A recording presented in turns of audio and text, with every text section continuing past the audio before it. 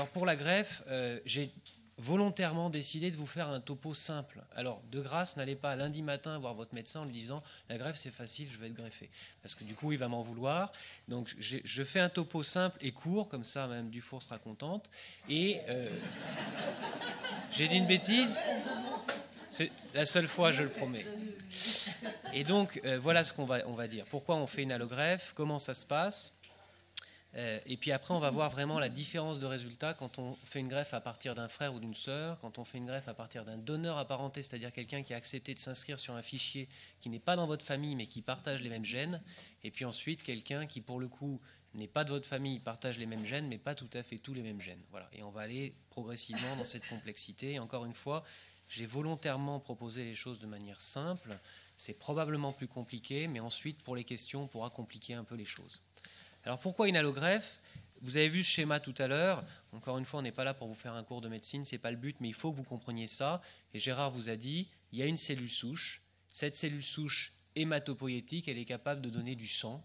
Elle est capable de donner tout le sang, c'est-à-dire à la fois des globules blancs, des globules rouges et des plaquettes. Et à quoi ça vous sert? C'est assez simple. En pratique, les globules blancs vous défendent. Et là, si on parle, vous savez très bien que personne n'a de la fièvre parce que vos globules blancs, même s'ils sont un peu réduits, ils marchent et vous protègent. Les globules rouges, c'est l'oxygène, vous savez très bien, et donc l'hémoglobine. Et puis, les plaquettes, c'est la coagulation. Si on n'a pas de plaquettes, on saigne. Bon.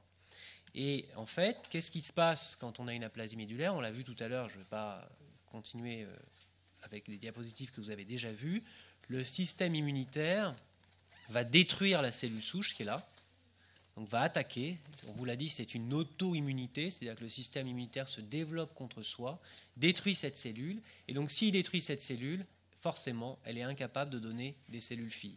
Et donc voilà comment ça se présente, vous l'avez vu, ici c'est une moelle normale, on voit bien les travées osseuses, vous l'avez vu cette diapositive tout à l'heure, on voit bien cette travée osseuse, et là le tissu médulaire, la moelle, c'est ça, les cellules souches hématopoïétiques sont là, elles vont fabriquer à ce niveau-là les plaquettes, les globules rouges, les globules blancs, qui vont ensuite sortir en périphérie et faire leurs actions. Les globules rouges, vous n'êtes pas fatigués, les plaquettes, la coagulation, les globules blancs, les infections. Et vous voyez ici, le système immunitaire a de manière aberrante, complètement désorganisée, attaqué ses propres cellules, et donc le tissu a disparu. Et donc on est dans cette situation-là. Et donc en pratique, quand on est dans cette situation-là, il y a deux solutions. Soit je remplace, et donc je vais prendre ce tissu chez quelqu'un de compatible et je vais l'installer ici pour remplacer le tissu qui était malade. Et vous comprenez bien que ce tissu qui vient d'un autre sujet ne sera plus reconnu et donc va pouvoir se développer. Soit l'autre solution, mais on n'avait pas le temps d'en parler tout à l'heure, mais on pourra tout à fait en parler avec les questions, c'est de se dire mon système immunitaire attaque ma moelle, eh bien je vais m'attaquer à ce système immunitaire et c'est le rôle du traitement immunosuppresseur. Et donc vous voyez très bien, quand on a un malade qui a une aplasie médulaire, les deux solutions, soit je remplace, et c'est la greffe, et c'est ce dont on va parler maintenant, soit je freine mon système immunitaire, je donne un traitement immunosuppresseur en espérant que le système immunitaire n'attaque plus la cellule souche, et s'il n'attaque plus la cellule souche, cette cellule souche va pouvoir proliférer, et si elle peut proliférer, elle peut redonner des plaquettes, des globules blancs et des globules rouges. Voilà les deux axes de traitement, en tout cas actuellement, les deux axes très importants de traitement de l'aplasie médulaire. La greffe, le traitement immunosuppresseur, et je vous l'ai dit, le traitement immunosuppresseur, pas n'importe lequel, du SAL de cheval, et on y tient, c'est important, parce que vraiment, quand on utilise le lapin, et là je vous le dis franchement, on ne sait pas pourquoi, mais en tout cas, on donne moins de chances aux malades de répondre, donc du SAL de cheval et de la cyclosporine. Donc on va parler maintenant d'allogreffe. Alors, je vais juste vous raconter comment ça se passe, une allogreffe. Je vais vous raconter très simplement, et encore une fois, c'est souvent plus compliqué, mais simplement les grandes étapes. Comment on fait? Alors la première chose qu'il faut bien que vous compreniez, c'est que ce n'est pas une autogreffe. Et c'est vrai que nous, on est un peu critique par rapport à nos collègues qui font de l'autogreffe. Pour nous, l'autogreffe, c'est de la chimiothérapie, rien d'autre. L'autogreffe, c'est de se dire qu'on a une maladie maligne, un cancer du sang, un lymphome, une leucémie, et on se dit, si je donne une chimiothérapie très lourde, je vais pouvoir éliminer la maladie. Voilà ce que c'est de l'autogreffe. Le problème, c'est que si on donne une chimiothérapie très lourde, on va détruire cette fameuse cellule souche. Et si on détruit cette fameuse cellule souche, vous aurez détruit la maladie, mais vous aurez détruit la cellule souche, donc vous aurez détruit la moelle du malade. Et donc, quand on fait une autogreffe, on recueille, avant de faire ça, les cellules, les bonnes cellules des malades, on donne une chimiothérapie très lourde, on réinjecte les cellules du patient lui-même, et donc cette cellule reforme du sang. D'accord ? C'est de l'autogreffe. Ce qu'on injecte, c'est des cellules du malade. On a, avant la greffe, pris ces cellules, on a sélectionné les bonnes, on détruit sa moelle et la maladie, c'est le but, on réinjecte les bonnes cellules, et donc la bonne moelle ressort. Et ça, c'est de l'autogreffe, pour nous, c'est de la chimiothérapie. Et même Alexei, je vois que Gérard n'est pas là, mais s'il avait été là, on dit c'est pas de la greffe. D'accord ? La greffe, c'est autre chose. La greffe, c'est de faire le pari qu'on arrive à faire un individu chimère. C'est-à-dire de faire le pari qu'on va avoir 2 individus, un donneur sain, donc souvent le frère ou la sœur dans la famille, et donc ce frère ou cette sœur, on va prendre ces cellules souches hématopoïétiques, d'accord ? Et je vais les passer à un malade. Et là, sur le schéma, j'aurais dû l'enlever, mais vous comprenez bien que l'allogreffe, 80% des indications, ce sont les leucémies ou les lymphomes. Mais vous, on n'est pas dans ce cadre-là. On est dans le cadre où le malade a une aplasie médulaire, donc vous m'enlevez chimio-radiothérapie, je vais vous expliquer tout à l'heure. Et donc en pratique, l'enjeu de l'allogreffe, c'est de remplacer votre système immunitaire et les cellules souches hématopoïétiques, c'est-à-dire de prendre le sang du frère ou de la sœur et de faire en sorte que ce sang produise et assure l'hémoglobine, les plaquettes et les globules blancs chez le malade, sans pour autant qu'il y ait de problèmes autres. D'accord ? Et donc on arrive à ce pari très ambitieux dans l'allogreffe de se dire j'ai un corps d'un malade et son sang qui vient d'une autre personne. Et donc tout l'enjeu de la greffe, de la vraie greffe, je m'excuse, mais c'est vrai que pour nous c'est un peu irritant les autogreffes, donc l'enjeu de l'allogreffe, c'est d'arriver à faire en sorte que le sang vienne d'un autre patient soit normal et que le malade puisse continuer à avoir sa vie normalement avec un sang qui vient d'ailleurs. D'accord ? Et donc, soit le frère, soit la sœur. Et à l'heure actuelle, ce qu'il faut que vous sachiez, c'est qu'on est capable, de manière génétique, de déterminer quel individu partage les mêmes gènes pour la greffe, c'est-à-dire la même identité pour faire une greffe que vous. Et donc, on est capable de définir des cartes d'identité immunologique. Ça veut dire quoi ? Ça veut dire qu'en gros, comme on a un passeport, quand on passe la frontière, on a une carte d'identité de nos gènes. Et cette carte d'identité de nos gènes, la chance qu'on a, mais 1 sur 18 millions quand même, d'accord, c'est d'en avoir une identique en Australie, en Afrique ou aux États-Unis, ou même chez votre voisin. Vous savez, c'est le pub avec, on voit que tout le monde se parle, puis finalement les 2 entreprises qui collaborent sont l'une en face de l'autre. Bref, toujours est-il qu'il y a des gens qui sont inscrits, qui ont inscrit leur carte d'identité sur des fichiers, qui sont sains. Et donc ce qu'on fait quand on fait une greffe à partir d'un donneur non apparenté, c'est de faire en sorte de sélectionner un donneur qui a la même carte d'identité immunologique que vous. Et donc on sait que les résultats sont quasiment les mêmes, je dis bien quasiment, qu'avec un donneur dans la famille. D'accord ? Et donc ça, c'est ce que je vais appeler les donneurs apparentés, les greffes apparentées, c'est ce dont on va parler juste après, c'est les donneurs familiaux, frères ou sœurs. Les donneurs non apparentés, c'est ces donneurs dont on sait qu'ils ont les mêmes gènes, mais il y a quand même des différences, et donc les résultats sont quasiment identiques, mais quand même pas tout à fait les mêmes. Et donc c'est pour ça qu'on passe par la case immunosuppression avant. D'abord le donneur familial, ensuite la case immunosuppression, et si la immunosuppression ne marche pas, je passe au donneur non apparenté. Et enfin, on va le voir après, et je serai assez court là-dessus, les greffes expérimentales, c'est-à-dire les greffes qui ne sont pas complètement matchées, c'est-à-dire où on a un donneur qui n'est pas complètement compatible, mais la maladie est tellement grave qu'il vaut bien faire quelque chose, et quand on a passé les cases immunosuppression, il faut faire une greffe, et à ce moment-là, on fait des greffes à haut risque, et on va le voir tout à l'heure. Alors, comment ça se passe une greffe ? En pratique, voilà, ça c'est le patient qui a une aplasie médulaire. La première étape, c'est de faire un conditionnement. Pourquoi ? Parce que si je prends le sang de Madame Dufour et que je le passe à Monsieur Saucier, qu'est-ce qui va se passer ? Monsieur Saucier va avoir beaucoup de fièvre, mais 2 jours après, il n'y aura plus de cellules. Les cellules de Madame Dufour, il va les éliminer en 5 minutes. Donc la première chose à faire, c'est que nous, on fasse un conditionnement. Non pas tant pour faire de la place, puisque la moelle est vide quand on a une aplasie médulaire, mais surtout pour faire en sorte que le système immunitaire, les nouvelles cellules qu'on apporte, ne vont pas être rejetées. D'accord ?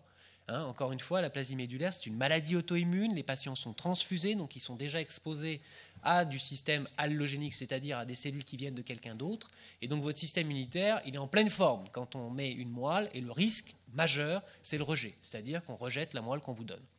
Et donc le conditionnement, son rôle, ça va être ça va faire en sorte que les patients acceptent cette greffe. Alors, qu'est-ce qu'on prend comme petite cellule ? Ça, c'est assez simple. La cellule que je vous avais mis tout à gauche, on la retrouve dans la moelle, dans ce qu'on appelle les cellules souches périphériques et dans le sang placentaire. Alors, ce qu'il faut que vous sachiez, c'est que, en pratique, de manière historique et pour des raisons de GVH qu'on va voir juste après, l'aplasie médulaire se fait avec la moelle osseuse, et on va voir tout à l'heure pourquoi ça ne se fait pas avec les cellules souches périphériques. On fait la greffe à un moment donné, juste après le conditionnement, et puis après, il y a une situation un petit peu compliquée dans le service, pendant à peu près 3-4 semaines, où il faut justement qu'on ait vraiment ce but de tolérance, c'est-à-dire d'arriver à faire en sorte que les cellules qu'on a installées prennent, prolifèrent, donnent du sang, soit tolèrent le patient, tolèrent là où on les a mises, et inversement que le patient les tolère. D'accord ? Et donc il y a cet enjeu majeur où on va arriver aux chimères, c'est-à-dire au moment où le patient aura une numération qui vient des cellules qu'on lui a données, et le reste de son corps est le sien. D'accord ? Et puis ensuite, eh bien, on quitte le service. Et là, on est suivi, alors vous savez, en hôpital de jour, une fois par semaine. Vraiment, c'est extrêmement drastique avec un examen clinique. On fait un bilan biologique très important. Et puis, on regarde un petit peu comment ça se passe, les marqueurs d'infection, les marqueurs de la greffe, comment est la numération.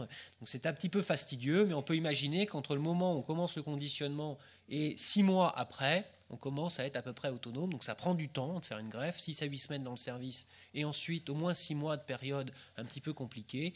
Et puis finalement, après, on essaye du mieux possible de revenir à une vie normale. Alors, évidemment, ce n'est pas aussi simple. Ce n'est pas aussi simple, et pour nous, la difficulté majeure de la greffe dans l'aplasie, mais aussi dans les autres maladies, c'est ce qu'on appelle la maladie du greffon contre l'hôte. Et donc en pratique, ça porte très bien son nom. C'est en fait simplement le fait que quand vous greffez un nouveau système immunitaire chez un patient que vous avez volontairement immunodéprimé, le patient qui est là, vous l'avez volontairement immunodéprimé, vous lui avez donné un traitement pour accepter la greffe, donc il n'est plus capable de rejeter cette greffe.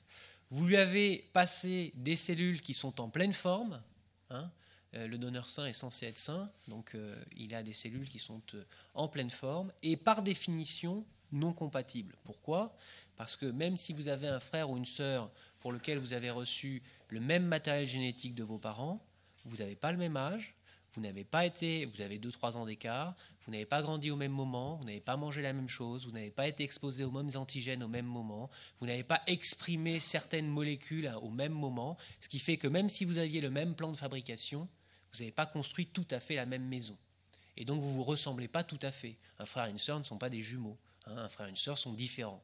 Et donc par là, si on a un receveur qui n'est pas capable de rejeter la greffe, qui a des cellules qui arrivent en pleine forme et qui ne sont pas complètement compatibles, forcément, il peut y avoir une réaction. Et c'est ça la GVH, c'est une réaction du greffon, d'accord, contre le receveur, et ça peut se manifester essentiellement dans la phase aiguë, par un coup de soleil, ça se manifeste, c'est la GVH cutanée, par de grandes diarrhées, alors là c'est une gastro, mais une gastro qui dure, et puis par une atteinte hépatique, où là on a les yeux jaunes, parce que c'est l'élimination de la bile qui est atteinte, et donc quand la bile s'accumule, ça entraîne les yeux jaunes. Simplement, ce qu'il faut savoir, c'est que cette GVH, pour nous, est importante dans les maladies malignes, dans les cancers et les leucémies, parce qu'en fait, elle témoigne de la réaction de la greffe. Et comme la GVH attaque le corps du malade, elle attaque aussi la leucémie et le lymphome et l'élimine. En revanche, dans les aplasies, ça ne nous intéresse pas du tout. Vous n'avez pas besoin d'éliminer de mauvaises cellules puisqu'il n'y en a pas. D'accord ? Alors simplement, pour remettre les choses dans leur contexte, dans l'aplasie, la GVH est moins un problème. Je ne vais pas dire n'est pas un problème parce que là, je pense que Gérard va se lever et va être... Ça arrive, mais c'est beaucoup plus rare. Pourquoi ? Parce qu'on sait qu'il y a des facteurs qui font qu'on a plus de GVH. Les sujets jeunes font moins de GVH, d'accord ? Les sujets qui sont greffés à partir d'un donneur compatible, que ce soit dans la fratrie ou non apparenté, font moins de GVH. Et les patients qui n'ont pas reçu de traitement avant la greffe, il n'y a pas de raison de faire une chimiothérapie avant de greffer une aplasie, font moins de GVH. Ça veut dire que quand on a une aplasie médulaire, on est moins à risque de faire une GVH. Donc en pratique, ce n'est pas vraiment la limite pour nous dans la réalisation de la greffe. Et pour aussi vous donner un message d'espoir, sachez qu'à l'heure actuelle, on coordonne à Saint-Louis un projet de travail chez l'homme sur la GVH justement, et qu'à l'heure actuelle, 33 des 36 centres de greffe ont accepté de participer à ce projet, qu'on a actuellement 2000 patients en moins d'un an qui ont été inclus dans ce projet, qu'on va pouvoir enfin mieux comprendre cette maladie, parce que Ce qu'il faut savoir, c'est que depuis 40 ans, on travaille sur la souris, mais que sur l'homme, c'est un tout petit peu plus compliqué, qu'on ne comprend pas tout à fait exactement ce qui se passe. Et donc là, tout le monde s'est mis la main dans la main. L'État a versé quand même près de 6 millions d'euros, ce qui n'est pas rien, pour réaliser ce projet, pour faire en sorte qu'on puisse, dans les années qui viennent, mieux comprendre. Donc en gros, le message pour la GVH vous concernant, c'est le risque est faible. Il est d'autant plus faible que vous êtes jeune, que vous n'avez pas reçu de chimiothérapie, que vous avez un donneur compatible. Et en plus de ça, on est en train de se démener au niveau national pour travailler et comprendre cette maladie. Alors maintenant, l'aplasie appartient à un donneur apparenté. Donc là, on est dans l'aplasie, je dirais, j'ai une aplasie médulaire sévère, je suis jeune, j'ai un donneur dans la famille, qu'est-ce que je fais? Je greffe tout de suite. Et ça, il n'y a pas d'état d'âme là-dessus. C'est reconnu par tout le monde. Il y a des études qui confirment tous la même chose, et pour le coup, on est tous d'accord. Alors quand vous avez des médecins qui sont tous d'accord, c'est tellement rare que ça veut vraiment dire qu'il n'y a pas de problème. Et donc en pratique, on sait qu'il faut faire, alors là je suis désolé, c'est en anglais, aplasie médulaire sévère, jeune patient, donneur dans la famille, greffe. De la moelle. Pourquoi? C'est ce que je vous disais tout à l'heure, je vais vous expliquer pourquoi on fait de la moelle. Et bien simplement, ce sont des courbes un peu compliquées, mais vous voyez très bien qu'il y en a une en dessous de l'autre. Et vous voyez très bien ici que quand on fait de la greffe avec des cellules souches périphériques, c'est-à-dire quand on a récupéré des cellules dans le sang des patients, eh bien on a plus de GVH. D'accord? Et ça atteint la courbe en termes de survie, c'est-à-dire que cette GVH peut être tellement importante qu'elle peut arriver à entraîner des décès chez les patients. C'est pour ça que si on veut une courbe de survie qui est quasiment à 100%, il faut absolument utiliser de la moelle. Pourquoi? Parce que quand on va chercher les cellules souches dans la moelle, on a moins de lymphocytes, et si on a moins de lymphocytes, on a moins de GVH, et si on a moins de GVH, eh bien on a moins de complications chez nos malades. Donc on s'entend tous là-dessus au niveau international. Un patient qui est greffé pour une aplasie doit l'être à partir de la moelle et non pas du cellule souche périphérique. Voilà. Deuxième chose, on sait très bien comment faire la greffe. Je vous ai parlé du conditionnement. Je ne vais pas rentrer dans les détails. On sait très bien quelle molécule utiliser au moment du conditionnement. On est tous d'accord. Et donc, c'est un traitement de référence. Et dernière chose, on sait très bien comment prévenir la GVH. D'accord ? En pratique, on est tous d'accord. Il faut associer 2 médicaments. Peu importe, on ne rentre pas dans les détails. Simplement pour vous dire qu'on est tous d'accord au niveau international pour dire que le traitement de référence de l'aplasie médulaire sévère, c'est une greffe à partir d'un frère ou d'une sœur compatible. Et on sait très bien comment faire cette greffe. D'accord. Et il n'y a pas de question là-dessus. Et vous voyez très bien ici, je vous rappelle que les courbes de survie, là, vous voyez très bien qu'elles sont excellentes. On est quasiment à 100% de survie. Là. Et donc simplement, en gros, le message, il est clair, c'est si vous avez une aplasie médulaire sévère, un donneur dans la famille, il faut être greffé. Ce sont les meilleurs résultats de la greffe.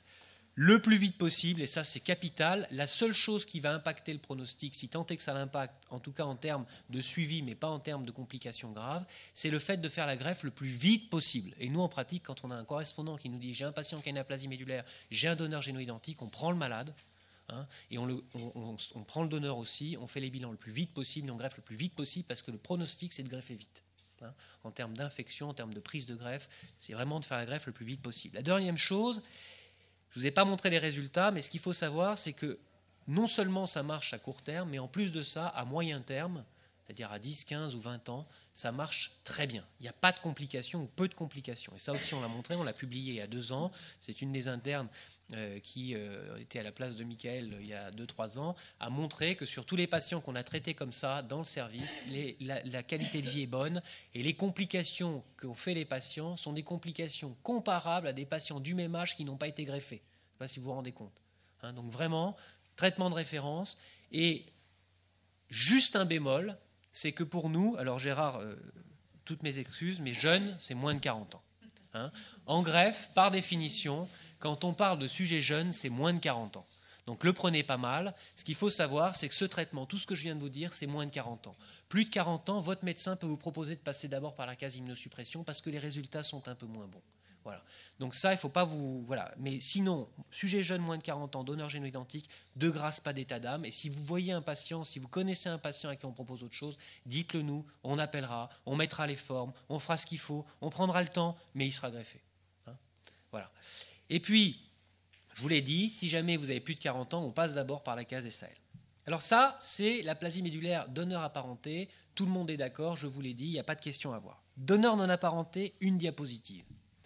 Il faut que vous sachiez qu'à l'heure actuelle, dans le milieu de la greffe, les greffes à partir d'un donneur non apparenté, donc de fichiers, ce que je vous ai dit tout à l'heure, sont ceux qui ont accepté de s'inscrire sur un fichier international, donnent d'excellents résultats.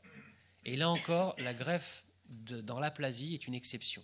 depuis les années 2000, qui est en fait le moment où on a su mieux faire ces cartes d'identité immunologique dont je vous ai parlé tout à l'heure. On a maintenant les bons gènes, les bonnes méthodes, et on sait exactement sur quoi il faut matcher les patients, c'est-à-dire sur quoi il faut identifier les critères de greffe. Eh bien, les résultats sont bons. Là, vous voyez, les courbes sont plutôt bonnes, et ce qu'il faut vous savoir, c'est que ce sont des greffes qu'on ne fait pas en première intention. Pourquoi ? Parce qu'à l'heure actuelle, même si la survie, le fait d'être en vie après une greffe, peut être quasiment similaire à des greffes de la famille, il y a quand même un tout petit peu plus de GVH. Mais encore une fois, on est loin de ce qu'on voit dans la leucémie et les lymphomes. Mais il y a quand même un peu plus, et à peu près un tiers de plus. Et donc, ce qu'on se dit, c'est qu'il y a un donneur dans la famille, je fais ma greffe tout de suite, le plus vite possible, c'est le meilleur traitement de l'aplasie médulaire, on est tous d'accord. Il n'y a pas de donneur, je vais d'abord passer par la case immunosuppression, qui va au moins me donner une chance de réponse, pas de complications de type mortalité, ou en tout cas pas de décès lié à l'immunosuppression, d'accord ? Et on verra après si le patient ne répond pas pour aller vers la case de la greffe non apparentée, où là, encore une fois, je vous l'ai dit, les résultats sont excellents, mais on peut avoir un petit peu de GVH, c'est pour ça qu'on la met en troisième intention. Et puis après, je veux vous dire un mot de ça. De moments où il faut faire quelque chose, et qu'on n'a pas de donneur dans la famille, on n'a pas de donneur avec la même carte d'identité immunologique, le patient est jeune, il a passé par toutes les cases de l'immunosuppression, on a essayé des traitements qui ont marché chez 2-3 malades, ça ne marche toujours pas, il faut faire quelque chose. Et là on rentre, et je vous le dis, hein, c'est vrai, c'est les greffes expérimentales, mais encore une fois, il y a 40 ans, la greffe était expérimentale. Et donc si certaines équipes n'avaient pas à un moment donné proposé des solutions à des patients, on ne serait pas actuellement en train de vous dire, pour les donneurs qui ont un donneur dans la famille, les patients qui ont un donneur dans la famille, traitement de référence, c'est la greffe. Et donc, là, on rentre dans les greffes où là, très clairement, soit haploïdentiques, c'est-à-dire chez des patients qui ne partagent pas le même patrimoine génétique que leurs frères ou leurs sœurs, ils ont reçu simplement 50%, et je vais quand même essayer de faire une greffe, soit cordon, où je vous ai dit, il y a des cellules souches hématopoïétiques, mais en nettement moins grande quantité, et donc c'est plus difficile de faire une greffe, soit mismatch, c'est-à-dire que la carte d'identité immunologique n'est pas exactement la même. Donc là, on rentre dans des greffes qui sont des greffes difficiles, même dans l'aplasie médulaire. Mais néanmoins, ce qu'il faut que vous sachiez, c'est que, je le mets, hein, c'est des greffes expérimentales, ce sont des greffes qui sont de toute façon réservées aux centres expérimentés, et ça, de grâce, si vous entendez parler autour de vous, envoyez-nous les malades, on n'est pas plus futé que les autres, hein, ça, il n'y a aucun problème. Simplement, on fait plus que les autres, on voit plus de malades, on est centre de référence, donc on voit énormément de malades. Cette maladie rare, c'est notre passion, et donc forcément, on connaît un peu mieux simplement parce qu'on voit plus de malades. Donc, quand il y a des petites choses comme ça que vous entendez, n'hésitez pas à faire en sorte qu'on voit ces malades. Il faut, quand on fait ce type de greffe, vraiment réfléchir, parler avec les familles, parler avec le patient, voir avec la greffe dont on dispose, voir le type de là où le patient va être greffé. C'est vraiment des casse-têtes. Ça ne peut pas être proposé à des patients qui ne sont pas en pleine forme, qui ne sont pas jeunes, dont on sait qu'il y a le moindre risque pour que ça se passe mal.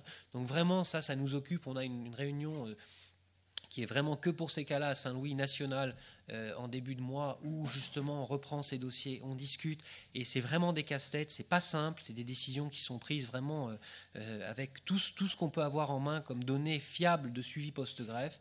Et l'autre chose dans laquelle il faut absolument que vous soyez au courant, c'est que si la greffe fait des progrès, les traitements à côté de la greffe aussi.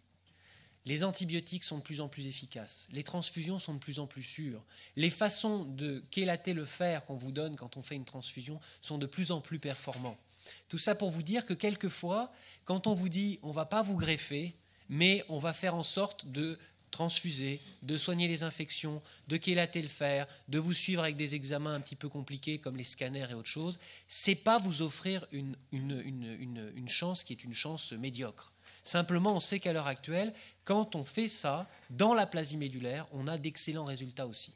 Et donc simplement, vous voyez un petit peu la difficulté de la greffe apparentée avec un frère où là, on n'a aucun état d'âme, à la greffe chez un sujet jeune qui échappe à tous les traitements, où là, il faut peser le pour et le contre. Et l'autre chose que je vous encourage, même si, encore une fois, c'est toujours compliqué, protocole, on dit protocole, on est considéré comme des souris.